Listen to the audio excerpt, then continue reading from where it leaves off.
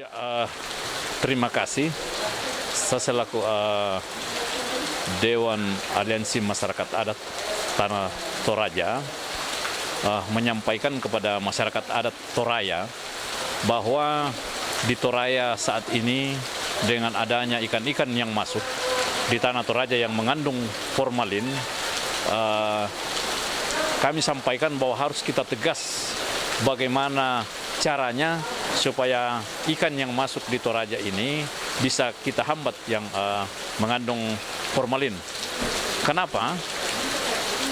Produksi ikan kita di Toraya itu hanya berkisar 350 ton per tahun, sedangkan ikan yang masuk ini kurang lebih 6.700 ton yang masuk. Karena masyarakat Toraja ini adalah masyarakat konsumtif. Jadi memang ikan-ikan ini banyak yang datang dari luar.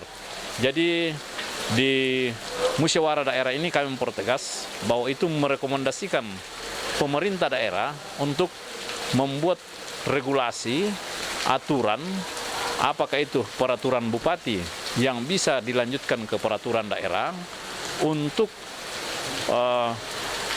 membuat orang-orang yang hanya mau meraih atau meraup keuntungan di Toraja ini, sehingga orang-orang yang membawa ikan yang masuk ini bisa mendapat efek jera atau sanksi dari ikan-ikan yang dia bawa yang tidak sesuai dengan aturan-aturan yang diperbolehkan buat pedagang-pedagang yang bisa menjual ikan. Bagaimana itu ikan segar, ya kita juga bisa sehat. Jadi ya saya selaku reformer, selaku peserta diklat PIM 2 juga di Kabupaten Tanah Toraja menghimbau dan menegaskan kepada semua masyarakat adat di Toraya untuk memperhatikan dan mempedulikan bagaimana kesehatan kita itu bisa terjamin.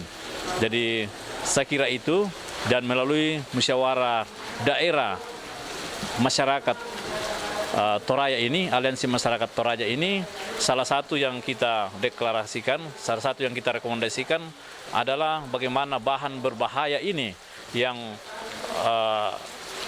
terdapat dalam pangan, khususnya formalin di ikan ini, kita membuat suatu rekomendasi ke pemerintah daerah untuk membuat suatu regulasi, aturan yang bisa menghambat masuknya ikan-ikan yang berformalin di Toraya ini. Saya kira itu, terima kasih kepada kita semua.